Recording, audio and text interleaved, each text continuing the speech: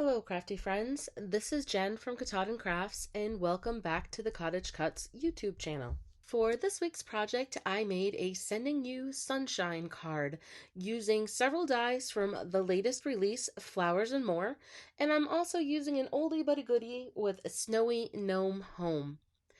And before we get into our project, I want to congratulate Meghan Kennihan. You have won the lemonade stand die from my last video. Congratulations, Meghan. I will have everything you need to collect that die all listed below for you. For the giveaway this week, we have little flowers. You just have to comment and like below and you will be entered into that giveaway. So the dies that I'm using this week for this card are the little flowers. That is my featured die. And then I'm also going to use the flowers from the Garland on the fence with flower garland. And then I'm just going to use the grass on the fence and grass. I'm also going to use the arch sun again this week because it just goes with anything that's sunshiny in spring. And the snowy gnome house. Now, as you can see, it does have snow, but we're going to change our snow into moss. For this card, I wanted to Copic marker color, so I went ahead and put my double back sticky paper onto Copic friendly cardstock, and I went ahead and cut out all the dies that I was going to use, so I'm all ready to go. And I like to do it this way so then all the little pieces stay together on that sticker paper. And then I'm going to use my favorite color combinations of Copic markers to color all my dies up. And like I always say, it looks like a hot mess until we start putting it all together. Now for my background this week, I am using a stencil that I have previously made out of the cloud die cut, that slimline cloud die cut. And I'm going to use my tumbled glass Distress Oxide ink along with a little spun sugar. These are some of my favorite combinations for skies, so you will see me repeat them. And for my grass, I'm going to use the mowed lawn, and I'm just going to apply that. And I do try to go a little bit heavier in the corners. I just like that vignette kind of look. And the thing with applying the oxide ink is if you add layer upon layer, it will start to just blend a lot smoother for you. So you just go not so heavy-handed and just keep on adding that and blending it, and then you will achieve the look you're going for. And then I'm using a little bit of squeezed lemonade in between the sky and the grass just for a little bit of a transition. And now that we have our background all made, it is time to assemble our little house. So I like to try to keep the sticker backing on as much as possible. That way it does not stick to my surface. So I just lift along the edges and strategically place my layers, like those little strings that I just added, or the string lights that I just added underneath the roof in the bottom.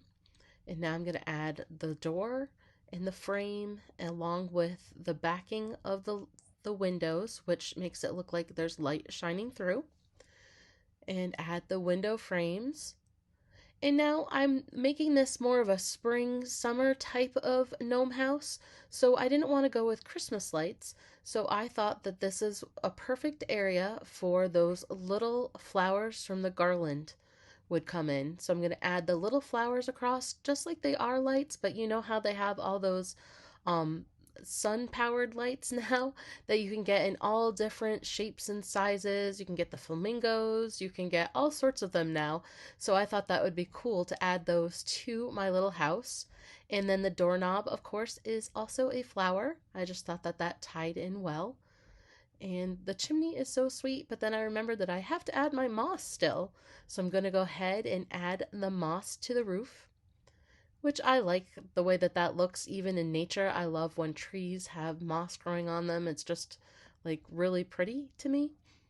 I also love to find mushrooms in the forest. Anybody else? Not to eat them or anything, but I like to take pictures of them anytime that I see them. Okay, well anyway, getting back to our topic here, we're going to assemble the card. I have my little house all ready, and then I'm using that snow again. I made it that mossy color, so we have that. And then I have changed up my greens so that the bushes are a little bit darker.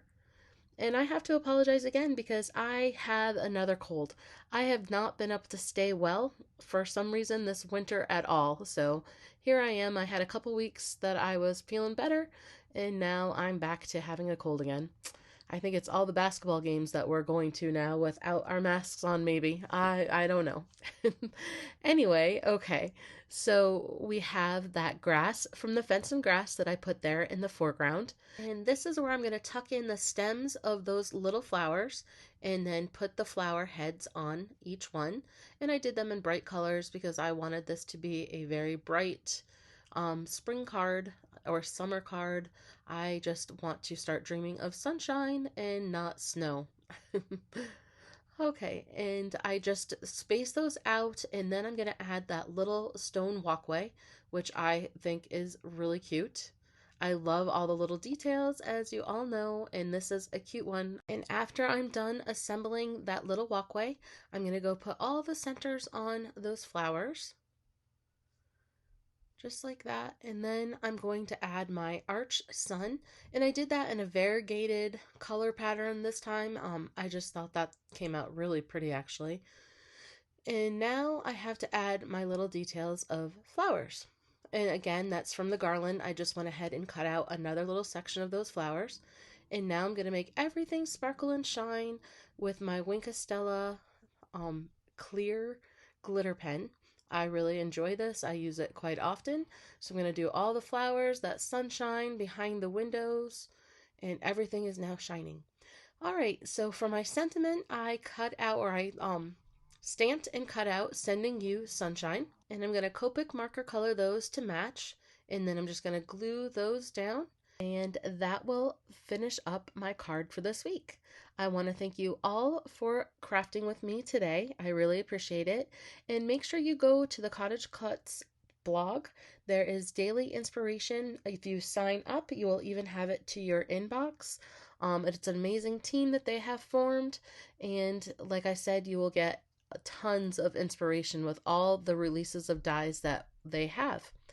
All right, and I will see you again in a couple of weeks with another video. And don't forget to comment and like below. And in the comments, let us know where everybody is from. I would love to know where all of our audience is.